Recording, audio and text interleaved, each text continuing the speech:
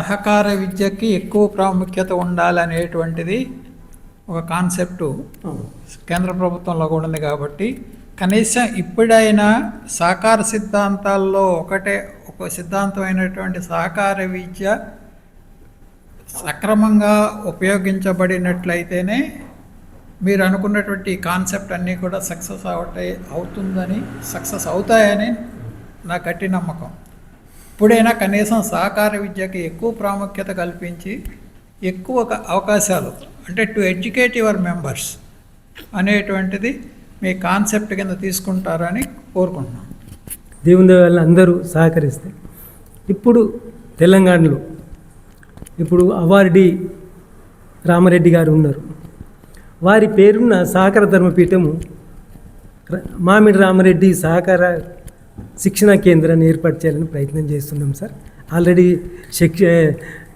Discussions జరిగినాయి. వాళ్ళు సహకారం చేయడానికి ఆ విధంగా చేస్తున్నారు. ఇప్పుడు వీళ్ళందరికీ ట్రైనింగ్ ఇవ్వాలంటే ఈ వ్యవస్థలకు ఇక మేమే స్వయంగా ఒక శిక్షణ కేంద్రాన్ని ఏర్పాటు చేయాల్సిన అవసరం ఉంది.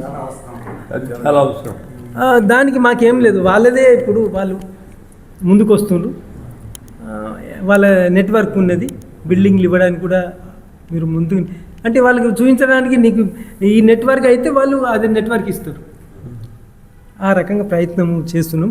దానికి మనం లిస్ట్ అవుట్ చేసినాము, ఎవరెవరు ఆ కమిటీలు ఉంటారు, ఏ విధంగా దాన్ని చేయాలి అనేది ఆ విధంగా చేస్తున్నాం. ముందు రేపు ఇది అయిన తర్వాత ఆ శిక్షణ కేంద్రం మా శిక్షణ ద్వారానే ఈ శిక్షణ ఇవ్వాలి. అట్లా దానికి రిటైర్డ్ కోఆపరేటివ్ ట్రైనింగ్స్ చాలామంది ఉన్నారు. మళ్ళీ చాలా ఐసీఎంలు చేసిన వాళ్ళు లేకుంటే ప్రైవేట్లో చేసిన వాళ్ళు మంచిగా ఎడ్యుకేటర్స్ బాగున్నారు. వాళ్ళ యొక్క సేవలు తీసుకొని ట్రైనింగ్ మేమే ఇవ్వాలని, ఇంకెక్కడనే కాకుండా మేమే ఇవ్వాలని ప్రయత్నం చేస్తున్నాం.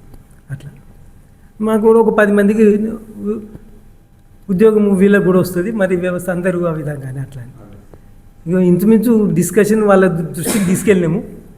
అదే రామారెడ్డి గారి పేరు మీదే దాన్ని అన్నీ చేసి గవర్నమెంట్ ఉంటే this will be affiliated to the centre, ఏది మన యూనివర్సిటీకి అఫిలియేట్ చేస్తాం అన్నట్టు.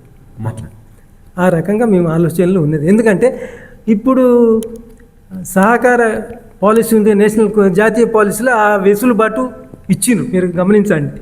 సో ఆ వెసులుబాటును పెంచుకొని మేము ఈ కోఆపరేటివ్ ట్రైనింగ్ చేసి దానికి అఫిలియేట్ చేస్తాం.